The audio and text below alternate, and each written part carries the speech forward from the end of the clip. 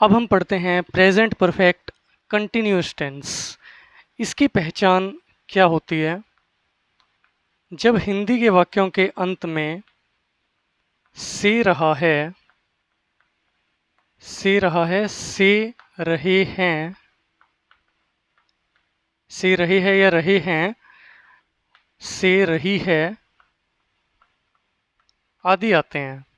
और साथ में इसमें क्या खास बात होती है कि समय भी दे रखा होता है, टाइम मेंशन किया हुआ होता है इसके अंदर कि कितने समय से वो कार्य चल रहा है या उसके काम के शुरू होने का पॉइंट क्या था, समय क्या था, या कितनी अवधि थी उस काम के चलते रहने की, वो साथ में इसमें मेंशन किया जाता है। तो जो अफर्मेटिव सेंटेंसेस हैं उसके अंदर हम कैसे इसका स्ट्रक्चर बनाएंगे?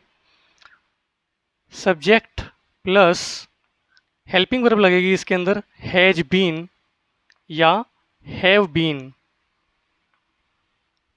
Plus V first plus ING plus object plus since या फोर प्लस टाइम। ये वाला स्ट्रक्चर आपको देखने में बड़ा लग सकता है, लेकिन एक्चुअल में ये कोई ज़्यादा बड़ा नहीं है। अगर आपने इससे पहले वाले टेंसेस को अच्छे से स्टडी किया है तो ये आपके लिए बिल्कुल सामान्य सी बात लगेगी आपको। यहाँ पर हमने क्या किया, हैज के साथ में बीन भी ऐड कर दिया। पहले हमने परफेक्ट में क्या किया था, सिर्फ हैज और हैव का यूज़ किया था। यहाँ पर साथ में बीन भी जोड़ दिया। और एक नई चीज़ यहाँ पर हमने देखी है कि सिंस या फोर और टाइम साथ में लिखा जाएगा। हैज का प्रयोग आपको पता है कि सिंगुलर के साथ होगा और हैव का प्रयोग जो है प्लूरल के साथ होगा। आई और यू के साथ हमेशा हैव ही लगेगा, क्योंकि इन दोनों का ट्रीटमेंट आई और यू का हमेशा प्लूरल की तरह से किया जाता है। V first ING object since या फोर जो है इसके अंदर ऐड किया जाएगा। अब ये सिंस कब लगेगा और फोर कब लगेगा ये हमने देखना है। तो सिंस जो होता है ये लगता है पॉइंट ऑफ टाइम के साथ, सिंस लगता है पॉइंट ऑफ टाइम के साथ, और जो फोर होता है ये लगता है पीरियड ऑफ टाइम के साथ, पीरियड ऑफ टाइम के साथ। इसका क्या मतलब हुआ कि जब समय का कोई बिंदु हमें दिया हुआ होता है कि कोई काम जो है वो कब शुरू हुआ, उसका हमें कोई ना कोई स्टार्टिंग पॉइंट दे रखा होता है, तब वहाँ पर सिंस लगाया जाएगा।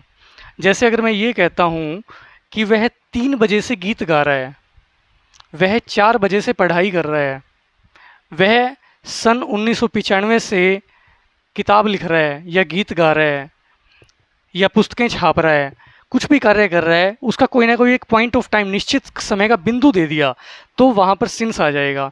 लेकिन यदि उसका स्टार्टिंग पॉइंट ना बताया जाए, सिर्फ उसका पीरियड बताया जाए, उसकी एक समय की अवधि बताई जाए कि वो कार्य कितने समय से चल रहा है, जैसे कि अगर ये बोल दिया जाए कि वह 3 दिनों से पुस्तक पढ़ रहा है, वह 2 घंटों से गीत गा रहा है, वह 5 सालों से ये वाला कोर्स कर रहा है, माली जो है वो 4 घंटों से पौधों में पानी दे रहा है, तो यहाँ पर क्या है कि उसकी सिर्फ एक अवधि बताइए कि वो 3 दिनों से ये काम कर रहा है, 3 सालों से कर रहा है या 3 घंटों से कर रहा है। उसका कोई स्टार्टिंग पॉइंट नहीं बताया, सिर्फ उसकी एक समय की अवधि बताई है कि इतने समय से 3 घंटों से ये कार्य हो रहा है। तब ऐसे केस में हम फोर लगा देंगे और उसके बाद जो भी समय हमें बताया गया हो उस सेंटेंस के अंदर वो वाला यूज़ कर देंगे। अगर नेगेटिव सेंटेंस हो तो क्या कर देंगे, अगर नोट आएगा तो इन दोनों के बीच में आएगा, यानी हैज नोट बीन हो जाएगा। और अगर यहाँ पर होगा नेगेटिव सेंटेंस के अंदर तो हैव नोट बीन हो जाएगा।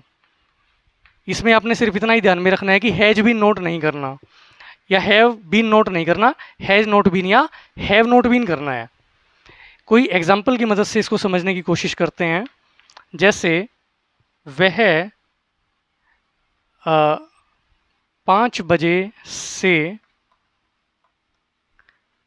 गीत गा रहा है, वह 5 बजे से गीत गा रहा है, तो ही रहा है से रहा है, से जो है वो समय को इंडिकेट करता है।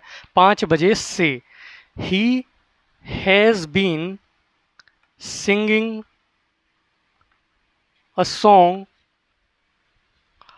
ही has been singing a song 5 बजे से, यानी समय का स्टार्टिंग बिंदु हमें दे दिया। तो हम सिंस का प्रयोग करेंगे, सिंस 5 ओ क्लॉक, यानी वह 5 बजे से गीत गा रहा है।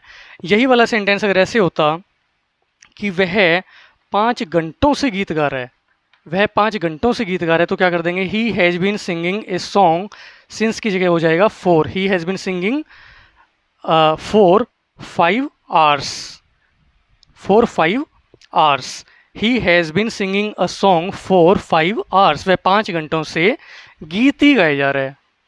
अगर ये नेगेटिव में होता कि वह 5 बजे से गीत नहीं गा रहा है, तो क्या कर देंगे, he has not been singing a song since 5 o'clock।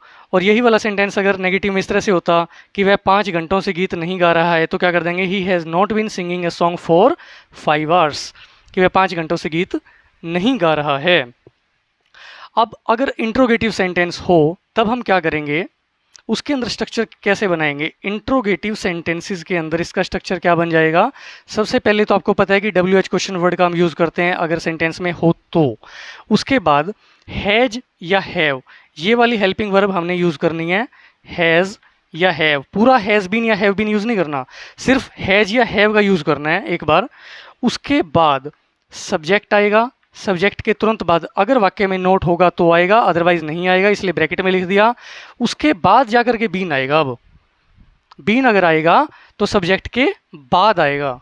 ये सब्जेक्ट एक तरह से जो है पुल का काम कर रहा है, सब्जेक्ट के या पुल के इस तरफ जो है हैव आएगा ओनली, जैसे कि परफेक्ट में होता था। उसके तुरंत बाद अगर वाक्य में नोट है तो आ जाएगा, नहीं होगा तो नहीं आएगा। और बीन भी अगर आएगा तो सब्जेक्ट के बाद आएगा और नोट के भी बाद आएगा।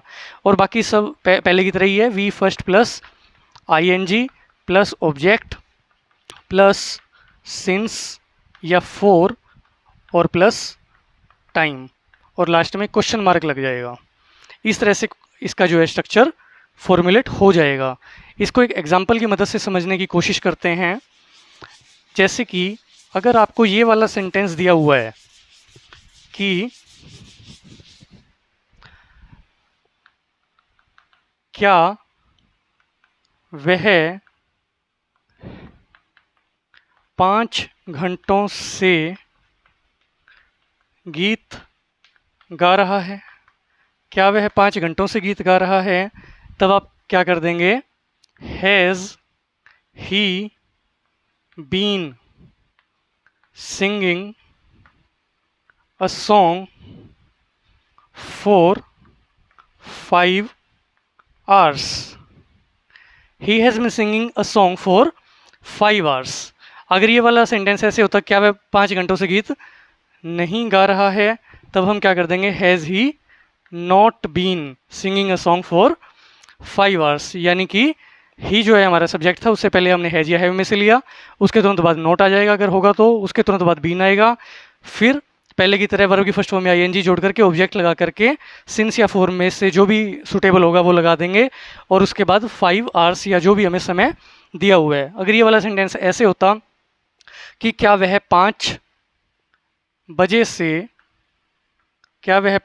गीत नहीं गा रहा है, तो हम क्या कर देंगे, has he not been singing a song. 5 बजे से होने की वजह से, क्योंकि पॉइंट ऑफ टाइम है, समय का निश्चित बिंदु दिया हुआ है, तब हम क्या कर देंगे, यहाँ पर सिंस लगा देंगे। तो सिंस 5 बजे है तो सिंस 5 o'clock, सिंस 5 o'clock। और क्योंकि क्वेश्चन वाला था तो यहाँ पर क्वेश्चन मार्क लगाना पड़ेगा। तो has he not been singing a song since 5 o'clock और फॉर 5 hours। इस तरह से इन सेंटेंसेस को हम फॉर्मुलेट कर सकते हैं। अगर WH क्वेश्चन वर्ड दिया हुआ है, जैसे अगर ये वाला सेंटेंस है, मान लीजिए कि वह 3 दिनों से क्या कर रहा है, वह 3 दिनों से क्या कर रहा है, तो हम क्या इसको कैसे बना देंगे। अब क्या वाक्य के बीच में आए तो WH क्वेश्चन वर्ड है, तो what has he been doing for 3 days, वह 3 दिनों से क्या कर रहा है। वह 3 दिनों से क्या नहीं कर रहा है अगर होता तो क्या कर देते, व्हाट हैज़ ही, अब यहाँ पर नोट लग जाएगा, what has he not been doing for 3 days, वह 3 दिनों से क्या नहीं कर रहा है। अगर ये वाला सेंटेंस इस तरह से दिया हुआ होता हमें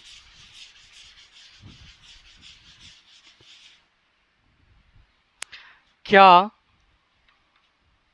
वह 3 घंटों से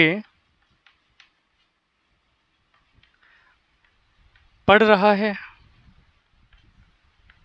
तब हम क्या कर देंगे, has he been studying for 3 hours.